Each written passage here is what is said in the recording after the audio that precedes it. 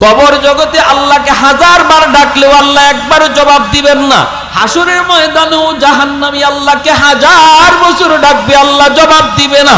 হাদিস শরীফে আল্লাহ নবী বলেন, এক লোক 70 বছর পর্যন্ত শুধু মূর্তির সামনে বসে বসে শুধু ইয়া সনামু করছে, একদিনও মূর্তি তার ডাকে জবাব দেয় নাই। সনামুন শব্দের অর্থ হলো মূর্তি। ও মূর্তি, ও মূর্তি, ইয়া সনামু, একদিনও মূর্তি তার ডাকে জবাব দেয় নাই। একদিন ভুল ক্রমে তার মুখ দিয়ে বের হয়েছে ইয়া সমাদু। আল্লাহ পাকের একটা সিফাতি নাম হলো সমাদ। এই সমাদ নামটা 30 পারা কোরআনের ভিতরে শুধু এক জায়গায় এসেছে, আর ওই জায়গা হলো কুল হুয়াল্লাহু আহাদ আল্লাহুস সামাদ। আসেনি না নাই? সমাদ শব্দের অর্থ হলো যার কাছে সবাই চাইতে হয়, কিন্তু তিনি কারো কাছে চাইতে হয়। আল্লাহ রাব্বুল আলামিন বলে, বান্দা বিপদ মুসিবত থেকে যদি নিজেকে বাঁচাইতে চাও, আমি আল্লাহর দয়া লাগবে, আমার মায়া লাগবে, আমার নেক নজর মায়ার নজর লাগবে, তোমার কথা আমার কুদরতি কলিজায় ইয়াদ থাকা লাগবে। তুমি যদি আমাকে ইয়াদ করো, তুমি যখন মুসিবতে পড়বা, আমি আল্লাহ তোমার কথা ইয়াদ করব। কত মায়া, কত দরদ। নূহ আলাইহিস সালামের জমানা মহাপ্লাবন। আল্লাহ বলে, নূহ ঈমানওয়ালাদেরকে বলে দাও, নির্ধারিত টাইমে নির্ধারিত দিনে সবাইকে তুমি জাহাজে করে এলাকা ছেড়ে চলে যাবা। নূহ নবী উম্মতদেরকে জানায় দিলেন। একজন বৃদ্ধা মহিলা ডাক দিয়ে কয়, নবী গো, আমি একজন বৃদ্ধা মানুষ, গায়ে আমার শক্তি নাই, আমি বড় দুর্বল, আমি পারাপারি করে নৌকায় উঠতে পারবো না, জাহাজে উঠতে পারবো না, আমি তো দুর্বল মানুষ, গায়ে শক্তি নাই। ওগো নবী, যেদিন ভূমিকম্প হয়, যেদিন জলোচ্ছ্বাস হয়, ঝড় তুফান হয়, ওই দিন কিন্তু আপনি আমাকে ইয়াদ করে সাথে নিয়ে যায়েন, আমাকে ইয়াদ করে সাথে করে লয়ে যায়েন। নূহ নবী বলেন, মা ঠিক আছে, আমি তোমার কথা ভুলবো না। কিন্তু আল্লাহ পাকের কি হুকুম, নূহ নবী ওই দিন এই মহিলার কথা তিনি ভুলে গেলেন গো। চলে গেলেন বাকিদেরকে নিয়ে, তিনি সারা দুনিয়া পানির নিচে ডুবে থাকলো। ঘর বাড়ি কিছুই নাই, দালান কোঠা লোহার বিল্ডিং পর্যন্ত পানির নিচে ধ্বংস হয়ে গেল। কিছু নাই, কিছু নাই, পানি থেমে গেল। নূহ নবীর ইয়াদ পড়লো, হায় হায়, আমি তো আমার ওই বৃদ্ধা মায়ের কথা ভুলে গেলাম। হায় রে হায়, আমি তো ওই মায়ের কথা ভুলে গেলাম। না জানি তার কি হালত, তার কি জানি হালত গো। এই কথা মনে করে আল্লাহর পয়গম্বর তিনি দ্রুত ওই মহিলার খবর নেওয়ার জন্য তিনি হাজির হলেন। আয়েশা আল্লাহর নবী দেখেন, সুবহানাল্লাহি ওয়া বিহামদিহি, সবগুলি ঘর বাড়ি সব ধ্বংস হয়ে গেল। লোহার ঘর বিল্ডিং পর্যন্ত কিছুই নাই, কিন্তু ওই বৃদ্ধা মহিলার ভাঙ্গা চূড়া কুঁড়ে ঘর এখনো আগের মতোই দাঁড়ায় আছে। আল্লাহর পয়গম্বর নূহ মালিকের কুদরতি কদমে সিজদায় পড়ে ডাক দিয়ে বলে, মালিক কিছুই তো বুঝি নাই, ও মালিক কিছুই তো বুঝি নাই, চোখের সামনে কিছু নাই, অথচ ভাঙ্গা ঘর এখনো আগের মতো। ও মালিক কিছু বুঝি না, তোমার কুদরতের খেলা। নবী ডাক দেয়, মা।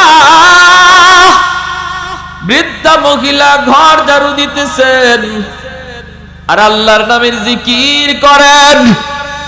আল্লাহ কই, ফাজকুরুনি আযকুরুকুম, আমাকে তুমি ইয়াদ করো, তোমার বিপদে আমি তোমাকে ইয়াদ করব।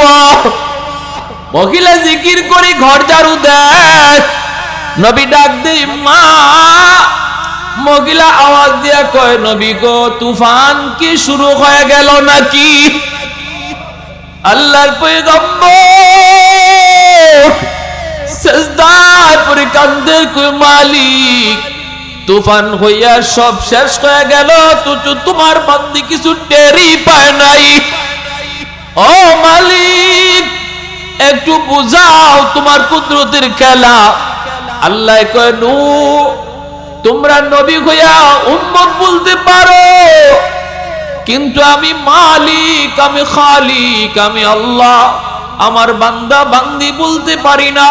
আমার বান্দিটা তোমারে কত করে কইলো যাওয়ার সময় ইয়াদ করে নিয়ে যাইও, তুমি তারে বলে গেছো, তুমি বললে রে নূহ আমি আল্লাহ বলতে পারি না। লা জিদ্দা ওয়ালা নিদ্দা ওয়ালা হাদ্দা লিমাওলা, লা জিদ্দা ওয়ালা নিদ্দা ওয়ালা হাদ্দা লিমাওলা, আল আনা কামা কানা ওয়ালাম ইয়ালকা যাওয়ালা, আল আনা কামা কানা ওয়ালাম ইয়ালকা যাওয়ালা, লা মিসলা ওয়ালা সাওয়ারা মিসলাম ওয়া নাযীরা, মান ক্বালা সিওয়া যালিকা ক্বাদ ক্বালা মুহালা, মান ক্বালা সিওয়া যালিকা ক্বাদ ক্বালা মুহালা, আলহামদুলিমান কদ্দারা খাইরান ওয়া খাবালা। শুকরিয়া করব কার? প্রশংসা করব কার? আর একটু জোরে মালিকের নাম কার? আলহামদুলিমান কদ্দারা খাইরান ওয়া খাবালা, ওয়া শুকরু লিমান সাওয়ারা হুসনান ওয়া জামালা, ফরদুন সামাদুন আন সিফাতিন খালকি বারিউন, রব্বুন আযালিয়ুন খালাকাল খালকা কামালা। একটু জোরে সুরে বলি আল্লাহু আকবার। এজন্য আল্লাহ পাকের কত মায়া, কত মায়া। আল্লাহ পাক রব্বুল আলামিন কয় বান্দা আমারে তুমি যদ্দূর ওই ইয়াদ করবা আমিও তোমারে ওই পরিমাণ ইয়াদ রাখবো। এখন বলেন দুনিয়ার এই চলার পথে বিপদ মুসিবত আমার আপনার আসেনি না নাই? আল্লাহ পাকের সাহায্য দরকার আসেনি না নাই? আল্লাহর সাহায্য ছাড়া চলা কি সম্ভব? আল্লাহ পাকের রহমত আর দয়া ছাড়া চলা কি সম্ভব? কেউ যদি মনে করেন না আমার আল্লাহর দয়া লাগবে না, তাহলে আমি আপনার সাথে ওয়াজও করব না। যদি বলি আমার আল্লাহর দয়া ছাড়া বাঁচার পথ নাই, তাহলে আল্লাহ কয় বান্দা আমারে যেই পরিমাণ ইয়াদ রাখবে তোর বিপদে আমি তোরে ওই পরিমাণ ইয়াদ করব। ভাইরা বন্ধুরা জন্য বলতেছি আল্লাহ পাক রব্বুল আলামিন কি পরিমাণ ইয়াদ রাখেন, আমি আপনি আল্লাহরে ইয়াদ রাখতে পারবো। দুনিয়ার মুসিবতে পইরা দুনিয়ার কাজকর্মের ভিতরে থেকে আল্লাহকে ইয়াদ করা যায়। কেমন করে ইয়াদ করা যায়? একটা মিসাল দিলে আপনারা বুঝবেন হুজুর আল্লাহ পাকের ইয়াদ অন্তরে লইয়া কেমনে দুনিয়াদারি করা সম্ভব। খানা খাইতে আমরা আল্লাহর জিকির কেমনে করব, ঘুমাইতে গেলে আল্লাহর জিকির কেমনে করব। ভাইয়েরা বন্ধুরা, একজন ভাই আর একজন ভাইকে বলতেছে ইন্টারভিউ দে চাকরির জন্য। ছোট ভাই চাকরির জন্য ইন্টারভিউ দিতে গেল, বড় ভাই তাকে ইন্টারভিউ দেওয়ার জন্য, চাকরি ইন্টারভিউ দেওয়ার জন্য বড় ভাই ছোট ভাইরে অনেক কিছু বুঝায় শোনাইয়া অনেক প্রশ্ন তারা শিখায় দিয়া পাঠায় দিয়া বড় ভাই অফিসে চলে গেল। অফিসে যায় ঠিক, কিন্তু রাস্তায় শুধু ছোট ভাইয়ের কল্পনা, ভাইটা আজকে পরীক্ষা ঠিক মতো দিতে পারে কিনা, ইন্টারভিউটা তার ঠিক মতো হয় কিনা, প্রশ্ন তারে কি করবে, জবাব দিতে পারবে কিনা। অফিসে গেছে, টেবিলে বসছে, ফাইল স্বাক্ষর করে হাতে, কিন্তু দিলের ভিতরে ভাইটা কি জানি পরীক্ষা দিতেছে। আওয়াজ দিয়া বলেন ঠিক কিনা? বিকাল 4টা বেজে গেল, মার কাছে ফোন দেয় বাড়িতে, হয়তো এখন ফিরে এসেছে। মা ধরছে, মা ধরতেই সবার আগে জিজ্ঞাসা কোথায়, বাড়িতে আসছেনি। তাহলে বোঝা গেল সকাল থেকে বিকাল পর্যন্ত ভাইটা অফিসে কাম করছে, কিন্তু দিলের ভিতরে সর্বদা শুধু ছোট ভাইয়ের ওই পরীক্ষার চিন্তা। ভাইরা বন্ধুরা, এই লোকটা 24 ঘন্টা অফিসের কাম করলো, তার এই কথা বলা যায় অল টাইম দিলের ভিতরে ভাইকে বসায় রাখছে। এমনি ভাবে আমি আপনি দোকানদারি করব, হাতের ভিতরে দোকানের মাল থাকবে রে যুবক। আমি আপনি যখন যেখানেই যাব, হাওরে যাব, সেখানেও আমি জমিতে কাম করব, দিলের ভিতরে আল্লাহকে বসে রাখবো। গাড়িতে বসলাম, গাড়ির সিটে বসলাম, সিট নিলাম আমি, বসে থাকলাম আমি, দিলের ভিতরে আল্লাহরে বসে রাখবো। জবানে সুবহানাল্লাহ, আলহামদুলিল্লাহর জিকির। মুহাম্মদুল্লাহ হাফিজ হুজুর রাহিমাহুল্লাহ নাম শুনছেন নি আপনারা? মুহাম্মদুল্লাহ হাফিজ হুজুর রাহিমাহুল্লাহ কারোর সাথে কথা বলার সময়ও তিনি জিকির করতেন। আল্লাহ আল্লাহ আল্লাহ আল্লাহ। ও মিয়া, তোমার বাড়ি কোথায়? ও, তোমার বাড়ি লক্ষ্মীপুর। আল্লাহ। ও মিয়া, খানা খাইছো? আল্লাহ। ও মিয়া, কখন যাইবা? আল্লাহ। আল্লাহু আকবার, জোরে বলেন। ভাই, তুমি কোত্থেকে আসছো? আল্লাহ। কখন যাইবা? আল্লাহ। কি অবস্থা! কয় দুনিয়ার কথা বলছেন, কামও করছেন, কিন্তু দিলের ভিতরে আল্লাহকে এমন ভাবে বসাইছিলেন। মুহাম্মদুল্লাহ হাফিজ হুজুর রাহিমাহুল্লাহ তিনি বাথরুম থেকে বের হয়েছেন, খাদেম তাকায় দেখে আল্লাহর ওলি জিহ্বা দিয়ে রক্ত বের হয়। খাদিম করে, হুজুর বাথরুমের ভিতরে আপনি পড়ে গেলেন নাকি গো? আল্লাহর ওলি কয়, না, আমি তো বাথরুমে পড়ি নেই। কয়, হুজুর আপনার মুখ দিয়ে রক্ত বের হয়। তিনি হাত লাগায় দেখেন ঠিকই রক্ত বের হইতেছে। এইবার খাদেম কয়, হুজুর আপনি বাথরুমের ভিতরে পড়লেন না, অথচ মুখ দিয়া রক্ত বের হয়, ঘটনা কি? আল্লাহর ওলি কয়, বাবা রে, তুই যখন প্রশ্ন করেই ফেলছো জবাব দেই, কিন্তু কারো কাছে আমার যে বদ্ধসায় বলবি না। আমি বাথরুমে ঢুকছি ঠিক, বাথরুম করব, কিন্তু আমার জিহ্বা থামে না, আল্লাহ আল্লাহ জিকির করে। বাথরুমের ভিতরে জিকির করা নিষেধ। আমি জিহ্বারে বুঝাইবার চেষ্টা করি না, এটা জিকির করার জায়গা না। অল্প সময়ের জন্য তুই থাম, তুই থাম, কিন্তু জিহ্বা আমার কথা মানে না। এক পর্যায়ে আমি জিহ্বার মধ্যে কামড় বসায় দিছি রে, জিহ্বাকে জিকির থেকে থামানোর জন্য। এমন কামড় দিছি জিহ্বা, এই জিহ্বা থেকে রক্ত বের হয়ে গেছে। এটা জিহ্বাকে থামানোর জন্য। এজন্যই ভাই মনে রাখবা, কোন আল্লাহর বান্দা যদি অল টাইম সে আল্লাহকে ইয়াদ রাখতে পারে, তাহলে বোঝা গেল আমাদের জন্য অল টাইম আল্লাহকে ইয়াদ রাখা সম্ভব। একজনে যদি পারে বোঝা যায় সম্ভব। সম্ভব না কোনটা? কয় কেউ পারে না, ঠিক কি না? এমন কোন বিধান আল্লাহ দেয় নাই যে বিধানটা আমাদের পক্ষে করা সম্ভব না। ভাইরা বন্ধুরা, জন্য আল্লাহ পাক রব্বুল আলামিন কয়, ফাযকুরুনি আযকুরুকুম ওয়াশকুরুলি ওয়ালা তাকফুরুন। এ ভাই, আল্লাহ পাক রব্বুল আলামিনের জিকিরের ভিতরে সবচেয়ে বড় হুকুম হলো নামাজ। সবচেয়ে বড় বিধান। আজকের মাহফিল জামে মসজিদের উদ্যোগে। মসজিদ কার ঘর? এখানে কি হয়? মসজিদ জামাতে নামাজ হয়, ঠিক কি না? আমার ভাইয়েরা, অনেক যুবক আজান হয়, আজানের আওয়াজ শুনে অথচ মসজিদে আসে না। অনেক আল্লাহর বান্দা আজানের আওয়াজ ফজরের সময় কানে শুনতে পায়, এরপরও মসজিদে আসে না। বাইরে মনে রাখবা, মনে রাখবা, মনে রাখবা, কিয়ামতের ময়দানে আল্লাহ পাক রব্বুল আলামিন আল্লাহর কুদরতি পাটা হাসরবাসীর সামনে আল্লাহ বের করে দিবে। বের করে দিয়ে আল্লাহ পাক বলবে, আমাকে সেজদা করো। হাসরবাসী মানুষ, নারী পুরুষ সবাই আল্লাহর কুদরতি কদমে সেজদায় লুটিয়ে পড়বে, কিন্তু একদল মানুষ ওরা আল্লাহর কুদরতি কদমে সেজদা দিতে পারবে না, মাথা ঝুঁকাইতে পারবে না, কোমর বাঁকা হবে না, মেরুদণ্ডের হাড্ডি লোহার মতো শক্ত হয়ে থাকবে।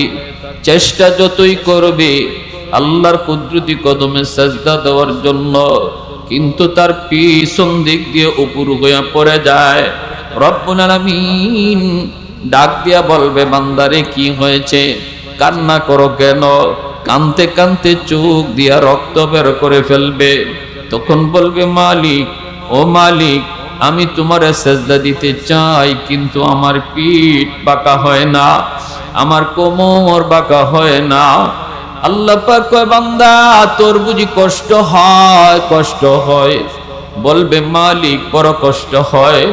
আমার পাশের বাড়ির লোকটা তোমারে সেজদা দিতেছে, আমার ভাই তোমাকে সেজদা দেয়, আমার পাশের দোকানদারের লোক, আমার পাশের দোকানদার তোমাকে সেজদা দেয়, দুনিয়াতে একসাথে চলছে, আমার বন্ধু তোমারে সেজদা দেয়, অথচ আমি সেজদা দিতে পারি না, এজন্য আমার দিল কাঁদে, দিল কাঁদে। রব্বুল আলামিন তখন বলবে, বান্দারে দুনিয়াতে আমারে তুমি সেজদা দিছিলা কি না? দুনিয়ার জগতে তুমি যদি পিঠ বাঁকা করতা, আজ হাসরের ময়দানেও তোমার পিঠ বাঁকা হইত। দুনিয়ার জমিনে মসজিদে আযান হয়, মুয়াজ্জিন তোমার ডাক দেয় নাই, দৈনিক 5 বার আমি আল্লাহ তোমারে ডাকছি, আল্লাহু আকবার, আল্লাহু আকবার, আমি আল্লাহ মহান, আল্লাহ মহান। এই আওয়াজ তোমার কানে গেল, পাশ দিয়ে তোমার বন্ধু মসজিদে ঢুকলো, পাশের দোকানদার মসজিদে ঢুকলো, চোখের সামনে মানুষগুলি মসজিদে গেল, কিন্তু বান্দা তোরে আমি আল্লাহ এত আদর করে বানাইলাম, তুই মসজিদের পার দিয়া ঠিকই চলে গেলি, আমার কুদরতি কদমে সেজদা দিলি না, অথচ এই কপালটা আমি সেজদা দেওয়ার জন্য বানাইছি, এই কপালটারে তো দাও। এই কপাল আমি আল্লাহ ফেরেশতাদের হাতে বানাই নাই, আসমান আল্লাহ পাক কুন ফায়াকুন বলে বানাইছেন, জমিন আল্লাহ কুন ফায়াকুন বলে বানাইছেন, ফেরেশতা আল্লাহ পাক কুন ফায়াকুন বলে বানাইছেন, কিন্তু আমারে আপনারে আল্লাহ পাক কুন ফায়াকুন বলে বানায় নাই। আল্লাহ বলে, মানুষ আমি তোমাকে আমার কুদরতি হাত দিয়া বানাইছি, কারণ তোমার এই চেহারার মধ্যে এত দামি কপাল, ওই কপাল আমি আল্লাহ বানাইছি আমাকে সাজদা দেওয়ার জন্য। এত দামি কপাল ফেরেশতাদের হাতে বানাইলে হয় না রে বান্দা, এত দামি কপাল কুন ফায়াকুন বললে হয় না।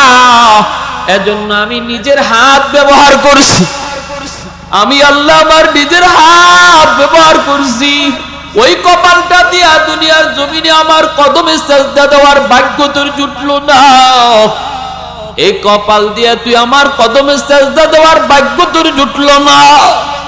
ফজরে আযান তোর কানে আসলো, অথচ তোর ঘুম ভাঙলো না। যেদিন মসজিদের পার দিয়ে তুই চলে যাইতি, মসজিদে ঢুকতি না, ওই দিন তোর যাওয়া দেখেও আমি আল্লাহর কুদরতি কলিজায় বড় ব্যথা লাগছে। আমি এত মায়া করে, এত আদর করে মানুষ বানাইলাম, বান্দা তোরে বানাইলাম, অথচ তুই আমার ডাকে সাড়া দিলি না।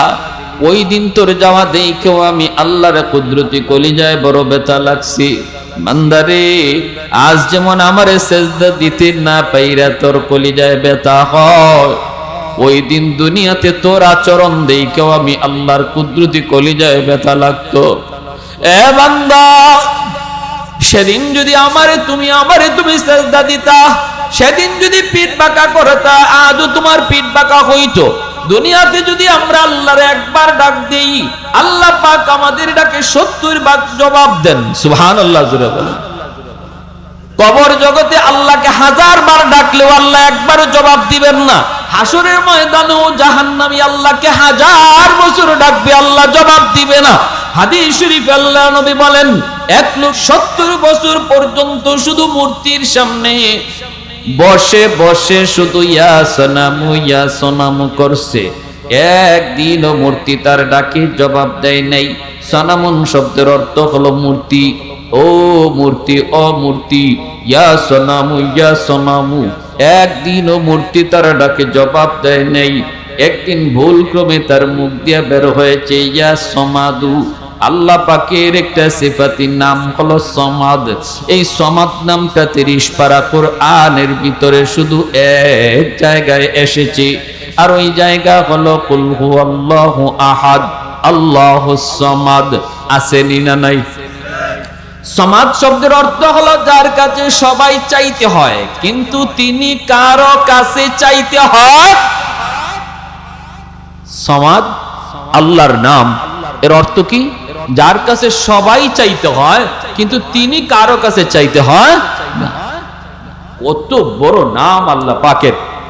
এই সমাদ নামটা ওই হিন্দু লোকটা 70 বছর ডাকছে সনাম সনাম সনাম, মূর্তি মূর্তি মূর্তি।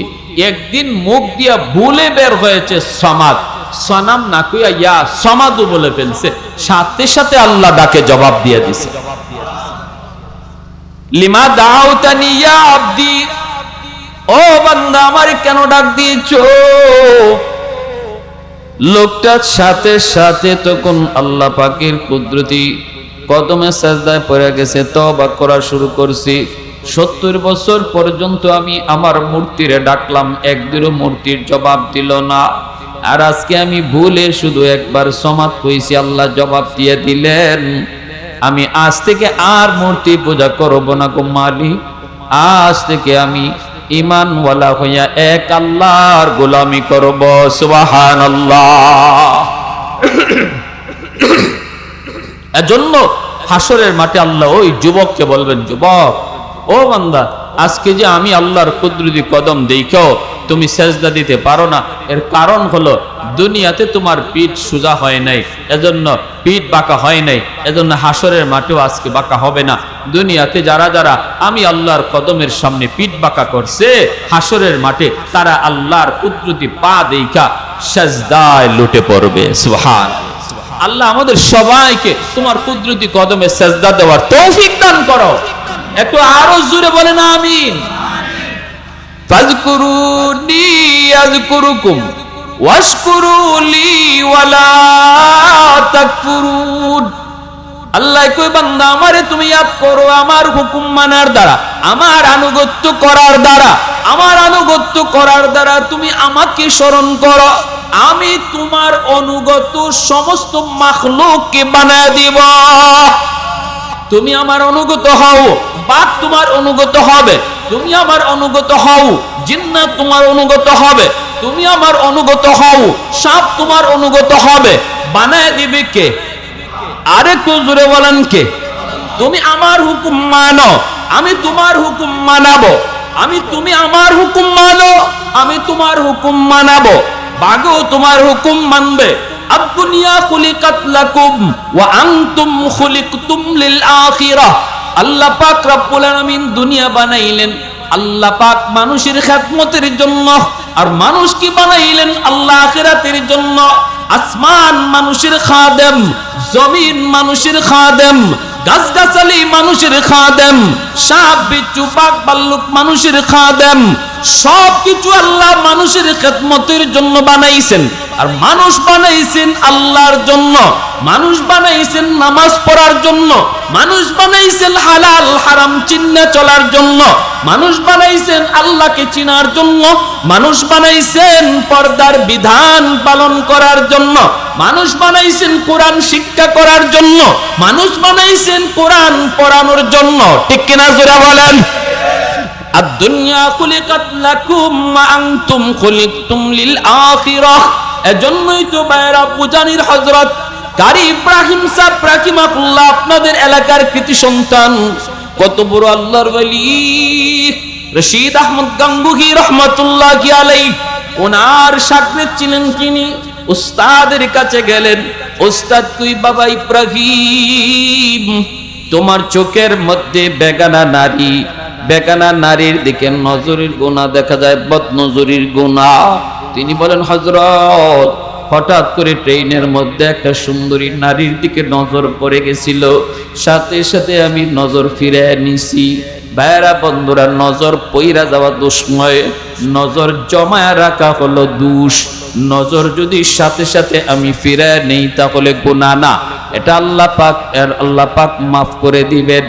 আল্লাহ পাক রব্বুল আলামিন ধরবেন ওই অপরাধ, ওই নজর, যেই নজর জমায়া রাখছে, নজর ফিরায় না।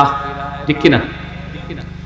মা মিন মুসলিমিন ইয়ানজুরু ইলা মাহাসিনি ইমরাতিন আউওয়ালা মাররা সুম্মা ইয়াগুদ্দু বাসারা ইল্লা আহদাসাল্লাহু লাহু ইবাদাতান ইয়াজিদু হালাওয়াতাহা। মুসলিম শরীফের হাদিস, আল্লাহর নবী বলেন, একবার যদি কেউ প্রথম নজর দেয় আর নজর দেওয়া মাত্রই চোখ ফিরায় নেয়, হঠাৎ নজর পড়ে গেছে আবার ফিরায় নিছে, আল্লাহ নবী রহমতের নবী বলেন ওই মানুষটার ইবাদতের ভিতরে আল্লাহ পাক হালাওয়াতে ঈমান দান করে, নামাজের ভিতরে মিষ্টি খাওয়ার মতো মজা পাবে, কোরআন তিলাওয়াত করার মধ্যে সে মিষ্টি খাওয়ার মজা অনুভব করবি। আমরা মিষ্টি খাইলে পরে মুখের ভিতরে যেমন মিষ্টি খাওয়ার অনুভব হয়, হালাওয়াতে ঈমান যাদের হাসিল হয়েছে তারা ইবাদতের ভিতরেও এমন স্বাদ অনুভব করে। আল্লাহু আকবার। রশিদ আহমদ গঙ্গুহি রহমতুল্লাহি আলাইহি বলেন, যাও মিয়া, চোখে বদনজরির গুনাহ আগে নজর হেফাজত করে আসো। দেখো, যদিও এটা শরীয়তের দৃষ্টিতে কোনো গুনাহ ছিল না, কারণ প্রথম নজর উনি নজর ফিরাই নিছে, জমায় নেয়, কিন্তু না, মাঝে মাঝে আল্লাহর খাস ওলি যারা মুকাররাবিন, জানা হাসানাতুল আবরার সাইয়্যাতুল মুকাররাবিন, অনেক কাজ সাধারণ মানুষ করতে পারে, কিন্তু আল্লাহর ওলি যারা, তারা এই সাধারণ মানুষের এই কাজটাও করতে পারে না। যদিও সেটা গুনাহ না, যদিও জায়েজ আছে, কিন্তু মাকাম মর্যাদা তার আল্লাহর কাছে বেশি হওয়ার কারণে সে এই কাজটাও করতে পারে না, এটাও আল্লাহ নারাজ হয়ে যায়। তো রশিদ আহমদ গঙ্গুহি রহমতুল্লাহি আলাইহি ফিরত পাঠাই দিয়েছেন, যাও দেশে চলে যাও, যেদিন নজর হেফাজত হবে এদিন আসবা। ইনি চলে আসছেন দেশে, আইসা তিনি মুজাহাদা করছেন, নজরের হেফাজত কইরা গামছা দিয়া এভাবে চোখ বান্ধা হুজুরের সামনে গিয়ে হাজির হয়েছেন। হুজুর, আমার চোখের হেফাজত হয়েছে। আল্লাহর ওলি বলেন, মুখে বললেই হবে না, পরীক্ষা করা লাগবে। তিনি বলেন, যাও, তার গামছাটা তোমরা ওই পাথরের সামনে যে খুলে দিবা, এর আগে কেউ খুলবা না। বিশাল বড় এক পাথরের টুকরার সামনে রশিদ আহমদ গঙ্গুহি রহমতুল্লাহি আলাইহির হুকুম মোতাবেক আপনাদের এলাকার কৃতি সন্তান, আপনাদের এলাকার বহুত বড় বুজুর্গ যিনি ছিলেন কারি ইব্রাহিম সাহেব রাহিমাহুল্লাহ, উজানির হযরত, যাকে আমরা চিনি, আল্লাহ তার মাকবারাকে জান্নাতের উঁচু মাকাম বানিয়ে দিন। যখনই ওনাকে ওই পাথরের সামনে নিয়ে চোখটা খুলে দেওয়া হয়েছে, প্রথম নজরটা পাথরে পড়া মাত্রই বিশাল পাথর ঠাস ঠাস করে ব্যঙ্গে চৌচির হয়ে গেছে। আরেকটু আস্তে কোন সুবহানাল্লাহ, সুবহানাল্লাহ ওয়া বিহামদিহি সুবহানাল্লাহিল আযীম। কারি সাহেব রাহিমাহুল্লাহ জঙ্গলের ভিতর দিয়ে যাইতেছেন ঘোড়ার উপর সওয়ার হইয়া। তিনি জঙ্গলের মধ্যে দেখতেছেন, ওনার জীবনী লেখছেন বহু বড় বড় আল্লাহর ওলিরা, বহুত বড় বড় উলামায়ে কেরাম ওনার জীবনী লেখছেন। ওনার জীবনীতে পাইছি যে এক জঙ্গলের মধ্যে তিনি একটা মসজিদ দেখা ঘোড়া থেকে নামছেন, নেমে বলতেছেন, মসজিদটাতে 2 রাকাত নামাজ পড়ি। আল্লাহর ওলিরা যেখানে গেছেন, যাইয়েই যে এলাকার যে মসজিদ পাইছেন, তাদের একটা বৈশিষ্ট্য হলো ওই এলাকার মসজিদে ঢুকবেন, ঢুকে মসজিদের হক 2 রাকাত নামাজ আদায় করবেন। এটা মসজিদের হক, দুখুলুল মসজিদ। এটা মসজিদে ঢোকা মাত্রই ঢুককেই 2 রাকাত নামাজ পড়া, এটা সমস্ত মসজিদে ঢুকতে যে পারলাম এই শুকরিয়াতান 2 রাকাত নামাজ পড়া। ইনি 2 রাকাত নামাজ পড়তে মসজিদে ঢুকছেন, ঢুককে দেখেন কোনার মধ্যে একটা বিশাল বড় বাঘ, তার 2 বাচ্চারে, এই বাঘিনী 2 বাচ্চারে দুধ খাওয়ায় জঙ্গলের ভিতরে। আমার ভাইরা বন্ধুরা, যুবক, সাথে সাথে আল্লাহর ওলি ওই বাঘিনীর কাছে গেলেন। কাছে যায় যেই বাঘ দেখলে পরে মানুষে ভয় পায়, যেই বাঘ দেখলে পরে কেউ মানুষের কাছে যায় না, কিন্তু ইনি বাঘের কাছে গেলেন, যে তিনি ডাক দিয়া বলতেছেন, রে বাঘ, আল্লাহ তোরে বানাইছে মানুষের উপকার করার জন্য, ক্ষতি করার জন্য নয়। ঠিকানা তোমার মসজিদ নয়, মসজিদ হলো আল্লাহ পাকের ইবাদতের ঘর। তোমার ঠিকানা হলো জঙ্গল, তুমি জঙ্গলে চলে যাও। এই বইলা তিনি বাঘিনীর কান ধরে জঙ্গলের দিকে যেই মাত্র রূপ করে দিলেন, ভদ্র মানুষের মতো আল্লাহর ওলিরে বাঘিনী ভালো করে চিনতে পেয়ে মানুষের মতো লেজ নেড়ে নেড়ে জঙ্গলে চলে গেল। আরেকটু জোরে কোন সুবহানাল্লাহ। তাহলে আল্লাহ পাক কই ফাযকুরুনি আযকুরুকুম, তুমি আমার হুকুম মানো, আমি তোমার হুকুম বাগ্রহ মানাবো। সুবহানাল্লাহ।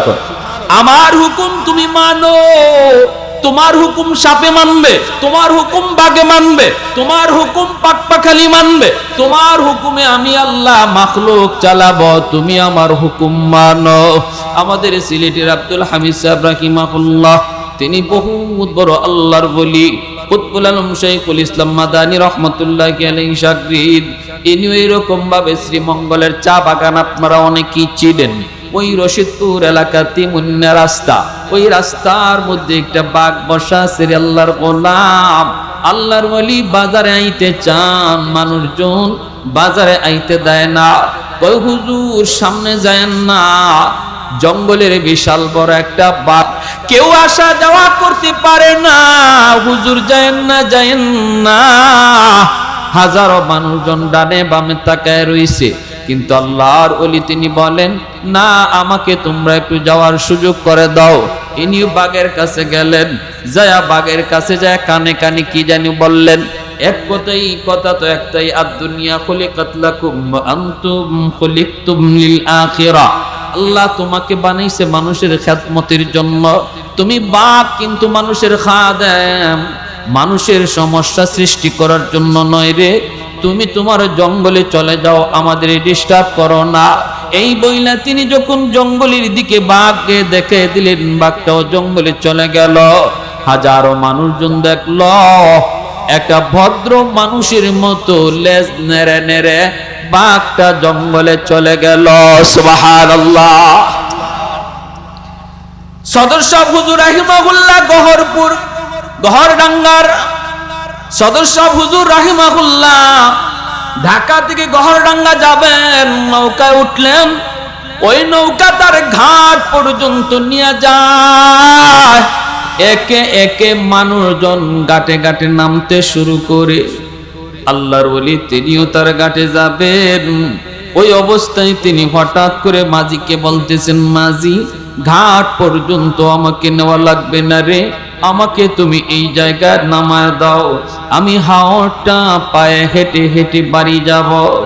মাঝি কই, হুজুর রাত বাজে 2টা, প্রচন্ড ঠান্ডা, এই শীতের ভিতরে আপনি একা একা কেমন করে হাওর পাড়ি দিয়া বাড়ি যাবেন? আল্লাহর ওলি কই, বাজান রে, এত প্রশ্ন তুই করিস না রে বাজান, আমি জানি আমি কোন সমস্যায় পড়ছি, তুই আমাকে এই জায়গায় নামায় দে। মাঝি কয়, হুজুর চোর ডাকাতের ভয়,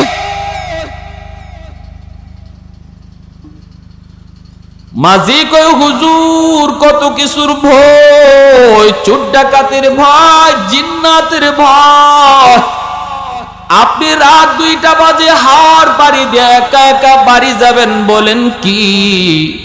ঘাট পর্যন্ত নৌকা যাবে, কেন কষ্ট করবেন? আল্লাহর ওলি কয়, বাবা এত কথা বলিস না, আমাকে তুই তরিয়েতে এখানে নামায় দি।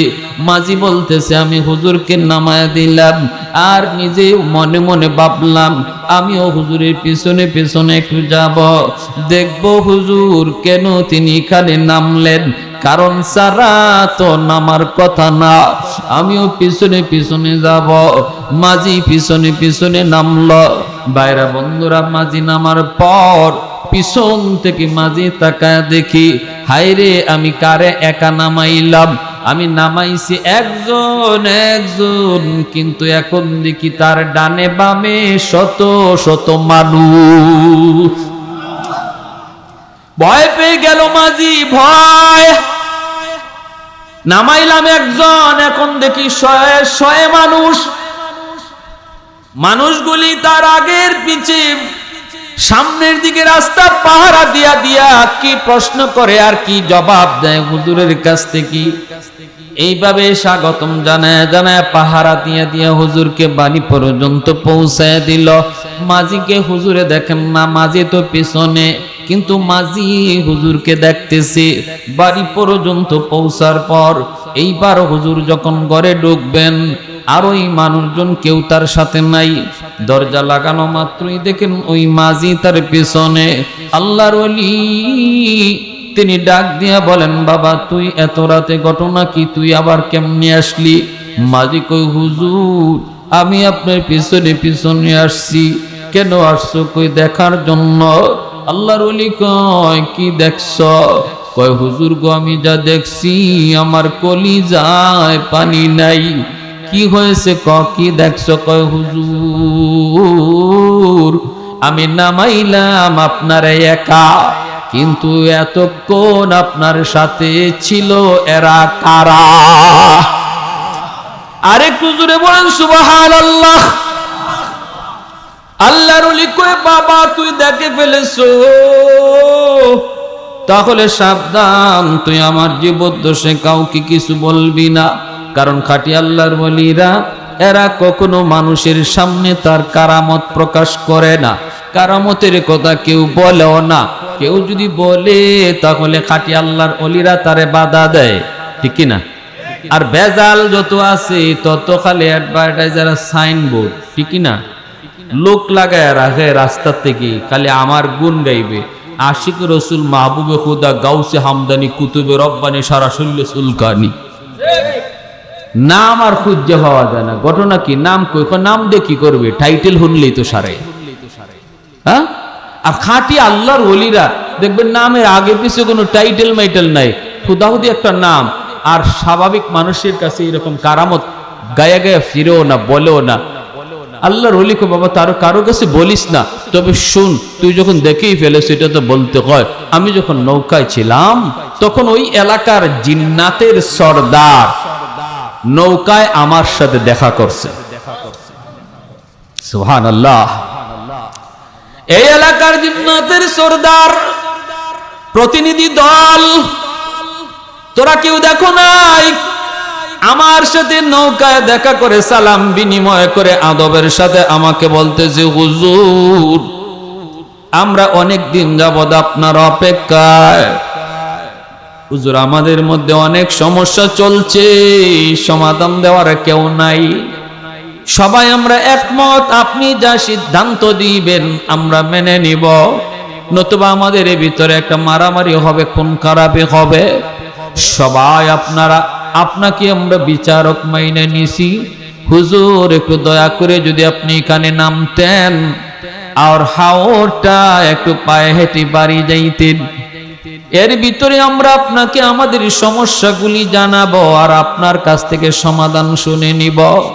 হুজুর একটু ভয় করেন না গো, আমরা জিন্নাতেরা কথা দিলাম আপনার আগে পিছে ডানে বামে আমরা আপনাকে পাহারা দিয়া দিয়া বাড়ি পৌঁছাবো।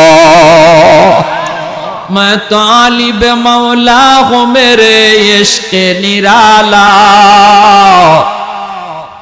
मैं तालिब मौला हूँ मेरे इश्क़ निराला, है जुमला जहाँ जिनके तजल्ली से उजाला, है जुमला जहाँ जिनके तजल्ली से उजाला, मादर दो जहाँ गैर खुदा यार नदारम, जो जियाद खुदा ही चिदिगुर कार नदारम, जो जियाद खुदा ही चिदिगुर कार नदारम। जुरे सुरे बोली अल्लाहु আকবার। আরেকটু জোরে আল্লাহু আকবার। ভাইরা বন্ধুরা, এইভাবে বললে কত বলবো, কত কত হিসাব ছাড়া বলা যাবে। যারা আল্লাহর হুকুম মানছে, মানার মতো তাদের হুকুম বাগেও মানছে, জিনেও মানছে, সাফেও মানছে।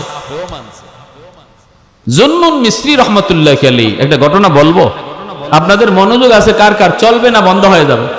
একটু হাত উঁচু করে দেখান, আল্লাহ তুমি হাতকে কবুল করো, জোরে বলি আমিন।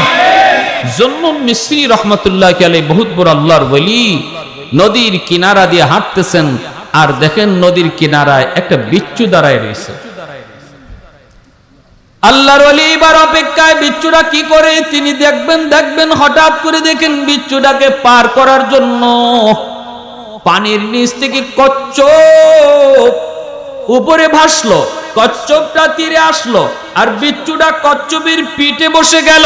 কচ্ছপটা খেয়া হইয়া বিচ্ছুটাকে নদী পার করে দিল। জুন্নুন মিসরি আল্লাহর ওলি কয়, মালিক, একটা বিচ্ছুরে তুমি তোমার কুদরতে নদী পার করে দিছো। আমি তো আশরাফুল মাখলুকাত, সৃষ্টির শ্রেষ্ঠ জীব, তুমি তো আমাকে সৃষ্টির শ্রেষ্ঠ বানাইছো। আল্লাহ, আমিও নদী পার হতে চাই, কিন্তু খেয়া নাই, নৌকা নাই, আমি কেমন করে পার হব গো আল্লাহ? আমাকে তুমি তোমার কুদরতে পার করায় দাও। এই কথা বলতে আল্লাহ পাক তার কুদরতি তার অন্তরের ভিতরে ইলহাম করে দিছেন, ও জুন্নুন মিসরি, তুমি তো আমার বন্ধু, তুমি তো আমার ওলি, আর ওলি যারা তারা হলো আল্লাহর বন্ধু। আলা ইন্না আউলিয়া আল্লাহি লা খাউফুন আলাইহিম ওয়া লা হুম ইয়াহজানুন। ওলি আল্লাহদের কোনো ভয় আসেনি। আর একটু জোরে বলেন, খাঁটি ওলি, খাঁটি ওলি, তাদের কোনো ভয়। আল্লাহ পাক কয়, তোমার হাতের মধ্যে যে জায়নামাজ, হাতের জায়নামাজ নদীর পানিতে বিছায়া দাও, এই জায়নামাজে বসে যাও, আমি আল্লাহ আমার কুদরতি জায়নামাজে বসায় তোমারে নদী পার করে দেব। আমাদের সিলেটের সেই সুরমা নদী শাহজালাল মুজরুদিয়া মনি রহমতুল্লাহি আলাইহি, তিনি পার হইছেন নৌকায় না জায়নামাজে? সবাই জানেন তো, নৌকায় না জায়নামাজে? জায়নামাজে বসে শাহজালাল মুজরুদিয়া মনি সুরমা নদী পার হয়েছেন, পার হয়েছেন। আল্লাহ চাইলে পারেনি না পারে না? তাহলে বলুন, নদী নালা সাগর মহাসাগর কার কথা শুনে? কার কথা শুনে? এজন্যই তো ফেরাউনের জন্য নীল দরিয়া হইছে কবর, আর মুসা নবীর জন্য হইছে রাস্তা। কার কথা শুনে? আল্লাহকে তুমি আমার কথা শুনো, তখন নীল দরিয়াও তোমার কথা শুনবো। এই আয়াতের মর্ম, ফাজকুরুনি আযকুরুকুম, তুমি আমার কথা মানো, দেখো তোমার কথা কতজনে মানে। আর আমার কথা মানবা না, তোমার পুলায়ও তোমার কথা মানবো না, তোমার বউ তোমার কথা শুনবো না। এজন্য আল্লাহর ওলিরা বলেন, যখনই আমার থেকে কোনো নাফরমানি হয়, তখন আমি এটা আসর দেখতে পাই, দেখি আমার কর্মচারী আমার কথা মানে না, আমার ঘরের অধীনস্থ লোক আমার কথা মানে না, তখনই আমি বুঝি আমি আল্লাহর কোনো একটা কথা অমান্য করছি। এজন্য এটার আসর আইয়া আমার বিবি বাচ্চার উপরে পড়ছে। বুঝে আসছেনি ভাই? অসুবিধা হইতেছে আপনার? জুন্নুন মিসরিক, আল্লাহ আমার নদী পার করে দাও। আল্লাহ কয়, হাতের জায়নামাজ পানিতে বিছাও। ইনি জায়নামাজে বসে গেলেন, আল্লাহর কুদরতে নদী পার হয়ে গেলেন। এবার জুন্নুন মিসরি কয়, আমিও বিচ্ছুর পিছনে পিছনে যাব, কোন দিকে যাই একটু দেখব। দৌড় শুরু করে দিলেন, দৌড়। বিচ্ছুটা দ্রুত বেগে দৌড়ায়, জুন্নুন মিসরি পিছনে পিছনে দৌড়ায়। যায় তিনি দেখেন গাছের নিচে এক যুবক মনের আনন্দে ঘুমাইতেছে। যুবকের মাথার পাশে একটা বিষাক্ত সাপ ফনা ধরে আছে, যে কোনো মুহূর্তে যুবকটারে দংশন করবে। ওই অবস্থায় বিচ্ছুটা যাইয়া লাফ দিয়া সাপের মাথায় বসে গেল। বৈশেই সাপটার একটা কামড় দিল, মুহূর্তের ভিতরে সাপটা ছটফট করে করে মারা গেল। যুবককে আল্লাহ তার কুদরতে বাঁচায় নিল। যুবককে আল্লাহর ওলি ঘুম থেকে উঠায় কইরি, যুবক তাকে দেখো, মাথার পাশে সাপ মরে আছি, যেই সাপকে মারার জন্য আল্লাহ কুদরতি ভাবে বিচ্ছু পাঠাইছি। এ যুবক, বলো না, বলো না, তুমি কি নেকামল করো?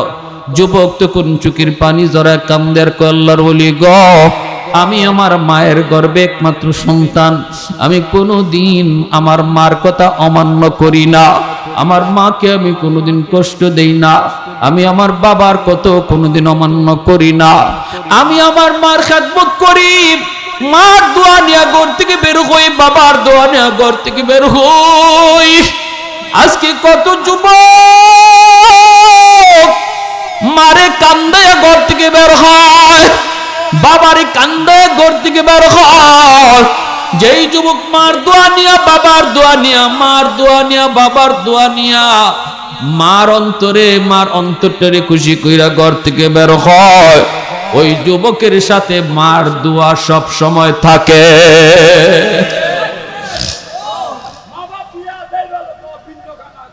আল্লাহ পাক রব্বুল আলামিন কুদরতি ভাবে হেফাজত করে, হেফাজত। ভাইরা বন্ধু, এজন্য বলতেছিলাম যুবক বলতেছে আমি আল্লাহ পাকের একজন গোলাম, আমি আমার মার কথা মতো চলি, মার সাথে বেয়াদবি করি না। ভাইরে, করাচির হযরত তার এক কিতাবের ভিতরে একটা ঘটনা লিখছেন। এক যুবক মার সাথে বড় বেয়াদবি করছে, মার গায়ে হাত উঠায় দিছে, বউয়ের কথায় মার গায়ে হাত উঠায় দিছে। দুনিয়াতে এমন নালায়েক যুবক আসেনি না নাই? এমন বহু যুবক পাওয়া যায় বিয়ের পরই চেঞ্জ হয়ে যায়, বউয়ের কথার তালে বইরা বাবার সাথে বেয়াদবি করে, মার সাথে বেয়াদবি করে। কিন্তু মনে রাখো যুবক, রাদার রাব্বি ফি রাদাল ওয়ালিদাইন ওয়া সাকাতুর রাব্বি ফি সাকাতিল ওয়ালিদাইন হুমা জান্নাতুকা ওয়া নারুকা। অসংখ্য হাদিস আল্লাহর নবীর। বাপ মা হলো তোমার জন্য জান্নাত, বাপ মা হলো তোমার জন্য জাহান্নাম। বাপ মা খুশি তো আল্লাহ তোমার উপরে খুশি, বাপ মা নারাজ তো আল্লাহ তোমার উপরে নারাজ। করাচির হযরত কই যেই মাত্র মার গায়ে হাত উঠাইছে এমনি মা বদদুয়া দিছে, বাজান রে তোর জন্মের কিছুদিন পর তোর বাবা মারা গেল, বাপ মারছে আমাকে অন্যত্র বিয়ে দিবে, আমি অন্যত্র বিয়ে বসি নাই শুধু তোর চেহারা দেইখা। মানুষের বাড়িতে কাম কইরা কইরা তোর লেখা পড়ার খরচ জুগাইলাম রে, এই হাত আমি চুমায়া চুমায়া মায় বড় করছি, আজকে এই হাত দিয়া তুই মার গায়ে হাত উঠায় দিলি, ঠিক আছে নে, তোর এই হাত যেন আল্লাহ ফসায়া দেয়, এই হাত যেন আল্লাহ ফসায়া দেয়, যেই হাত দিয়ে তুই আমি মার গায়ে হাত তুলেছ, তুই যেন আমার জানাজার নামাজ পড়তে না পারো। যুবক বলতেছে গো আল্লাহর ওলি, কিছুদিন পরে আমি অফিস থেকে খবর পেলাম আমার মা দুনিয়াতে নাই। জানাজা পড়ার জন্য আমি গ্রামের দিকে রওনা দিলাম, কিন্তু এত সমস্যা হলো আমি পৌঁছতে পৌঁছতে জানাজা শেষ। এখন আমি কান্দি আর বলি তোমাদের কোনো দোষ নাই গো, আমার মার দুইটা বদদুয়া ছিল, তুই যেন আমার জানাজা পড়তে না পারো। একটা বদদুয়া কবুল হয়ে গেছি, আরেকটা বদদুয়া ছিল তুই যেন তোর এই হাত যেন পয়সা যায়, যে হাত দিয়ে তুই আমি মারে মারছ। অল্প দিনের ভিতরে আমি দেখতে পেলাম আমার ওই হাত, যেই হাত দিয়ে মারে মারছি, এই হাতের মধ্যে পচন শুরু হয়ে গেছে। ডাক্তারে দেখাই কিন্তু ডাক্তারের রোগ ধরতে পারে না, অ্যান্টিবায়োটিক খায়, অ্যান্টিবায়োটিক দেয় কিন্তু পচন বন্ধ হয় না, উপরের দিকে শুধু উঠতেছে আর উঠতেছে। আমি বললাম ডাক্তার তোমাদের আর চিকিৎসা করা লাগবে না, তোমরা বল চিকিৎসা করো, কারণ আমার রোগ হলো আসমানে, চিকিৎসা করে দিছো তোমরা জমিনে, এই চিকিৎসায় কোনোদিন লাভ হবে না, লাভ হবে না। আমি আমার মার বদদুয়ার শিকার। এই জন্য যুবক আল্লাহর ওলি করাচির হযরতকে মসজিদের ভিতরে পায়া কগ আল্লাহর ওলি বলুন না আমি বিপদ থেকে কেমনে উদ্ধার পাই। এখন শুধু আমি মসজিদে মসজিদে ঘুরি, কাপড় দিয়া হাতটারে পেঁচায় রাখি, এলাকার মানুষ আমাকে এলাকা থেকে বের করে দিছে, এমনকি আমার সুন্দরী বউ, যেই বউয়ের কারণে মার গায়ে হাত উঠাইছিলাম, এই বউটাও আমারে ফালাইয়া বাপের বাড়ি চলে গেছি। এখন আমি মসজিদে মসজিদে শুধু সেজদা দিই আর কান্দি।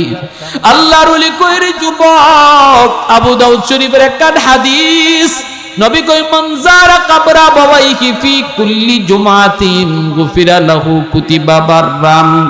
জুম্মার দিন যদি কোনো যুবক কোনো আল্লাহর বান্দা বাপ মার কবর জিয়ারত করে, আল্লাহ পাক এই জিয়ারতের উসিলায় আল্লাহ তারে অবাধ্য সন্তানের তালিকা থেকে বাদ দিয়া বাধ্য সন্তানের তালিকাভুক্ত বানায় দেয়।